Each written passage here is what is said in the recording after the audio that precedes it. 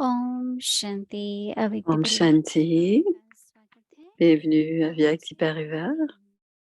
अब अपनी श्रेष्ठ मनसा Aujourd'hui, द्वारा c'est सूक्ष्म वृत्तियों से सेवा करो। आज का maintenant. Faites le service avec votre परिभाषा niveau है, d'esprit élevé et अपनी votre attitude नेत्रों से subtile. समझिए। Et le sujet de ce soir, c'est le bienfaiteur du monde. Voici maintenant Moini Didi.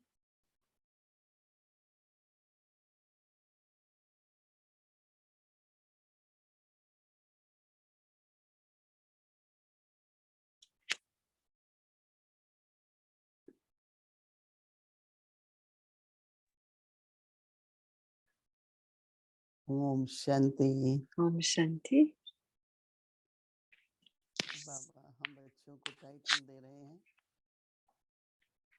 जो हम Baba nous donne à nous les enfants le titre et nous acceptons le titre que nous acceptons avec grâce, gracieusement, le bienfaiteur du monde. Quand j'ai entendu ce mot, जब मैंने je me पहली suis बार rappelé I think अगस्त 15 को सच्ची स्वतंत्रता क्या le होती 15 août, उस पर प्रवचन करने के लिए बोला। que veut dire la véritable, l'indépendance. Je devais donner une conférence sur la véritable indépendance. C'est à peu près 1958 ou 1962, je ne me souviens pas exactement, mais je comprenais une chose, dit Moini. Quand on est debout devant un auditoire, quelles sont leurs pensées? Qui est cette personne? Elle est grande, elle est petite.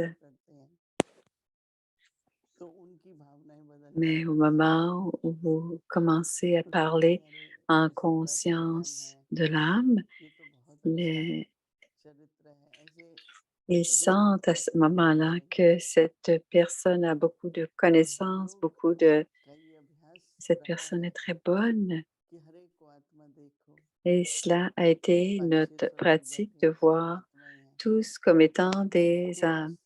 Même s'il y a 4, 5 personnes assises devant nous, ce sont toutes des âmes. Et à ce moment-là, une nouvelle relation est créée. Donc, nous allons commencer aujourd'hui. Alors, on les voit d'une façon différente et ils nous voient d'une façon différente. Donc, cette subtile conscience d'âme et les sanskars que nous avons quand on est dans la conscience du corps ou dans les vieux sanskars, tout cela se termine. Et nous avons alors, qui que ce soit, toutes les âmes humaines, on peut les voir, on a certainement des comptes karmiques différents. Certains peuvent être dans les liens, d'autres dans des relations. Et pour en terminer avec les comptes karmiques, c'est de les voir en conscience d'âme et facilement, lentement, leur vision à notre égard se transforme. Donc, Baba mentionne que chacun, Baba dit, vous devez devenir empli de connaissances. Vous, les bienfaiteurs du monde, vous devenez emplir de connaissances. Donc, je me suis posé la question, dit Moini, comment puis-je être Nous avons toujours été sous l'influence de la conscience du corps. Peut-être que quelqu'un nous a parlé avec colère. Peut-être que quelqu'un nous a dit quelque chose en ayant de l'avidité. Alors, certains comptes karmiques ont été contractés. Donc, on doit savoir que chaque âme doit avoir de bons souhaits, des sentiments purs à l'égard les uns des autres. Parce que pour quelque raison que ce soit, je dois briser la conscience du corps dans mon attitude. Et si je dois, ce mois-ci, Baba nous parle on doit avoir un esprit élevé, des pensées élevées, mais on doit aussi avoir une attitude subtil. Et quand je lisais, j'allais profondément, vous savez, d'une façon pratique, vous voyez que quelqu'un dit quelque chose de mal à l'égard du yagya ou à votre égard envers cette personne à ce moment précis, quand tout cela se présente, ai-je ai-je des pensées élevées? Ai-je une attitude subtile? Alors, quelqu'un peut avoir tort. On doit le dire que la personne a tort, mais on ne doit pas permettre à ce qu'il dit de rester dans notre esprit. Celui-ci a fait ceci, celui-là a fait cela. Même après, peut-être que ce sont des choses qui se sont passées il y a 1 heure, il y a 1 mois, il y a 1 an, mais si je retiens cette information à l'égard de cette personne, alors par exemple, quelqu'un qui nous a critiqués ou qui fait des mauvaises choses, et si cela reste dans mon esprit, mes vibrations à l'égard de cette personne ne sont pas puissantes. Et c'est très profond, dit Moïni. Et c'est une question de beaucoup d'efforts. Nous ne devons jamais laisser aucune conscience du corps entrer. Si quelqu'un a tort, on peut le dire, mais on ne doit pas faire en sorte que ce qui est mauvais reste avec nous. Si on doit toujours vérifier s'il reste des choses dans l'attitude. Donc, notre vision, si c'est une question, une attitude, ça viendra dans notre vision, dans notre regard. Et même si on ne s'en souvient pas, si c'est dans notre regard, on se rappellera, ah oui, cette personne s'est passée dans le passé. Souvent, c'est très subtil. On commence à connecter les uns avec les autres. Alors, si quelqu'un a dit ceci ou cela, celui-ci, celui-là a dit ça à ton sujet. Alors, s'il y a des choses qui se passent entre 2 personnes, je ne dois pas m'en mêler, je ne dois pas retenir cela dans mon esprit. C'est très subtil. Et il y a aussi nos expériences de vie. Donc, un exemple d'une mère logique, il y a une belle-sœur, quelque chose arrive entre les deux, donc entre la fille et la mère et la belle-fille, donc de la relation entre une belle-fille et une belle-mère, c'est différent et quand ils viennent dans la connaissance, tout devient bon, leur nature change. Et c'est grâce à notre drishti, notre regard, que l'on peut améliorer la situation. Et même dans ma vie lokique, dit Moïni, j'ai vu.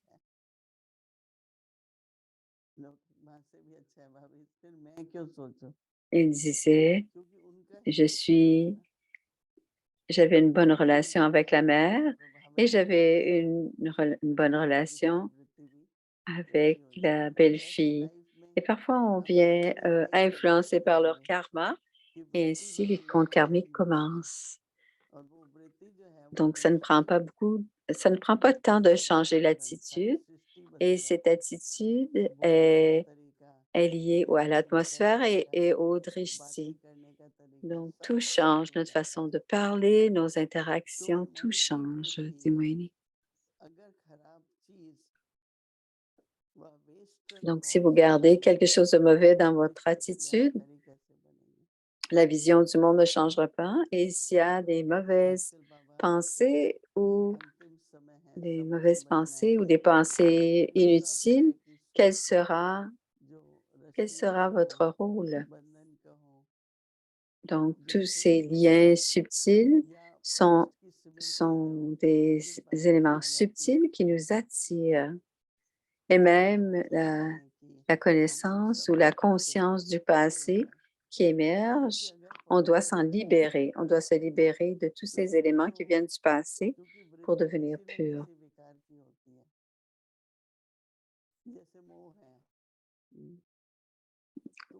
Parce que la conscience est souvent liée à l'un ou l'autre, l'une ou l'autre des faiblesses.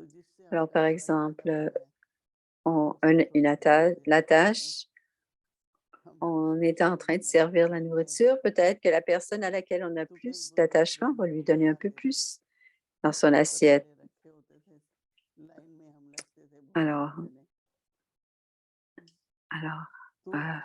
quand j'étais jeune, on demandait aux âmes seniors de s'asseoir et nous venaient en ligne devant eux. Alors, ils parlaient de servir des plus petites portions, des plus grandes portions, quand on portait attention qu'on aimait un peu plus quelqu'un. Alors, si on n'a pas la vision de l'égalité, le drishti de l'égalité, c'est possible qu'on donne des plus grandes portions et on doit avoir ce drishti et cette attitude d'égalité, la vision, le drishti de l'égalité. Donc, ne pas servir des trop grandes portions. Quelqu'un disait, donne-moi un deuxième bhog, un troisième bhog. Et si on le donne à un et qu'on ne le donne pas aux autres, on peut dire, je n'ai pas encore servi tout le monde. Et les autres nous observent. Et dit, cette personne a un deuxième bhog, alors, et pas moi. Donc, c'est un aspect intéressant du Moini. L'attitude. Notre attitude, quelle sera notre drishti? Et s'il y a ce genre de drishti, le monde se crée de cette manière. Donc, il y a deux choses. La première, toujours se rappeler de notre titre, les bienfaiteurs du monde et notre responsabilité. Et la dharna doit être en fonction de cela et continuer à faire notre dharna et de retenir notre titre qui est le bienfaiteur du monde. Il y a beaucoup dans le monde, il y a la nature, les éléments, les animaux, les moustiques. Le monde est très, très grand. Alors, si on porte un peu plus attention, c'est ainsi que l'on pourra comprendre que l'on ne fait pas, que l'on n'a pas des pensées élevées. Dans ce mois, on sera dans un complet nettoyage.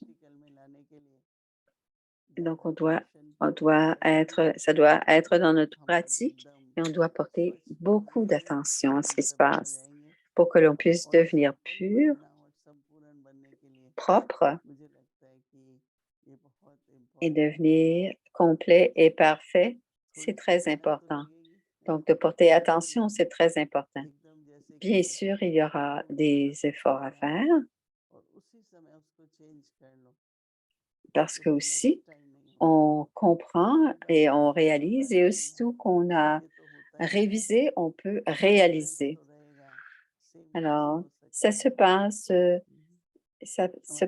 le temps. Comment puis-je devenir? Dadi Prakashmani disait,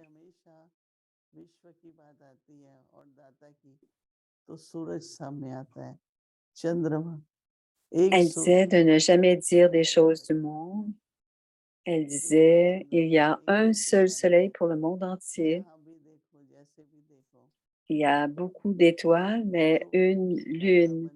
Alors, quand on regarde partout, il y a toujours des étoiles. On doit devenir un maître, un bienfaiteur du monde. On doit servir le monde et on doit porter attention à ces choses. Om Shanti.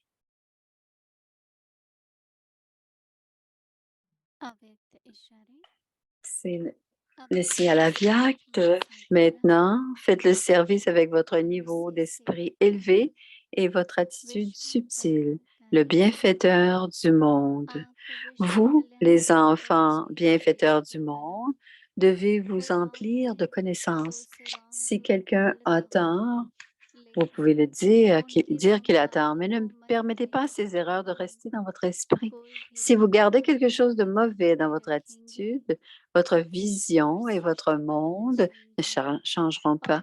S'il y a des mauvaises choses ou de mauvaises pensées dans l'attitude de votre esprit, comment pourriez-vous devenir des bienfaiteurs du monde? Om Shanti.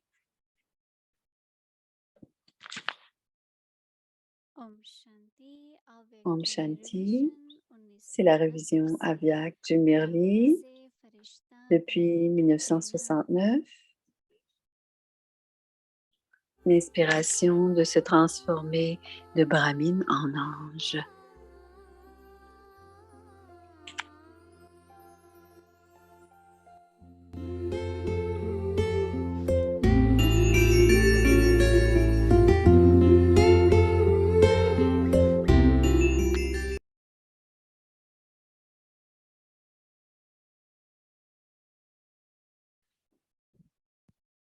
अव्यक्तवाणी तारीख है 29 जून La date du Murli, c'est le 29 juin 1970. La forme illimitée de se dédier. De la même manière, le troisième œil, l'œil de l'intellect divin, doit être stable et constant. Être stable signifie être concentré sur l'unique. Leur niveau doit être visible comme étant perdu dans l'amour. Comment les autres ont-ils une vision du troisième œil? Par le front, un éclat sur le front et une ivresse dans les yeux seront visibles. Grâce à cela, on pourrait dire si le troisième œil de quelqu'un est perdu dans l'amour ou s'il est sur un champ de bataille. Lorsque vos yeux ne vont pas bien, les paupières clignotent constamment. Si le troisième œil fonctionne correctement, c'est-à-dire si l'intellect divin est propre d'une façon juste, ce sera stable. Que se passe-t-il lorsque de la poussière pénètre dans les yeux? Les paupières commencent à cligner, pardon. Le signe de la poussière est la fluctuation et le signe d'une santé parfaite est la stabilité. De la même manière, le troisième œil doit toujours rester stable. Les gens auront des visions de votre front et de vos yeux. Alors, vérifiez. Mon troisième œil s'ouvre-t-il et se ferme-t-il très rapidement ou reste-t-il constamment ouvert? Lorsque les gens se perdent dans le souvenir de quelqu'un, leurs yeux s'immobilisent. De la même manière, seuls ceux qui sont perdus dans le souvenir de l'unique pourront se stabiliser dans le niveau de perfection. Sinon, comme les yeux, le troisième œil continuera à s'ouvrir et à se fermer. Il ne pourra pas rester immobile. S'il y a de la poussière, retirez-la rapidement. Baba vous racontera une situation amusante. Par exemple, si les gens ont une vision de vous et de votre image fluctue, quelle vision auraient-ils quand la photo de quelqu'un est sur le point d'être prise? Le photographe lui demande de ne plus bouger. S'il bougeait, la photo serait gâchée. De la même manière, quelle vision les autres auraient-ils si votre niveau continue de fluctuer? Tout comme vous vous rendez très stable au moment d'être photographié, de la même manière, pensez toujours que vos fidèles ont une vision de vous à chaque instant. Alors, vous deviendrez une image qui accorde des visions, c'est-à-dire une image de stabilité. Sinon, les dévots n'auront pas une vision claire. Afin d'accorder une vision claire, un intellect stable et un niveau constant et essentiel sont essentiels, comprenez-vous? Les dévots auront des visions de chacun de vous à ce moment.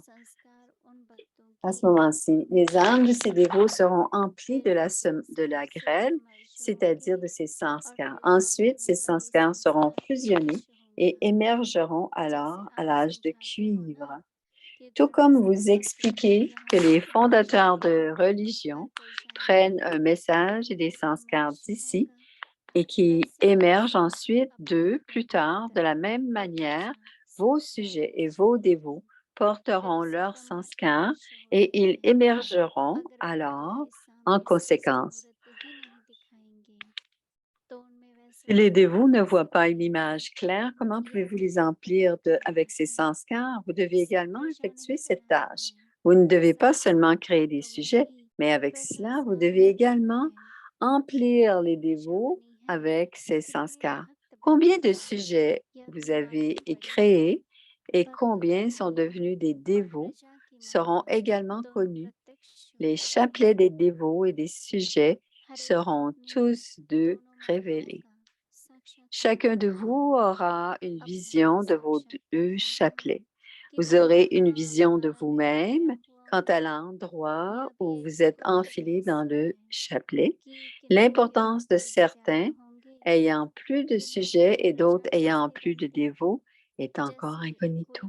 De la même manière, certains ont même moins de prospérité, même s'ils ont un grand royaume, alors que d'autres ont un royaume plus petit, mais une plus grande prospérité.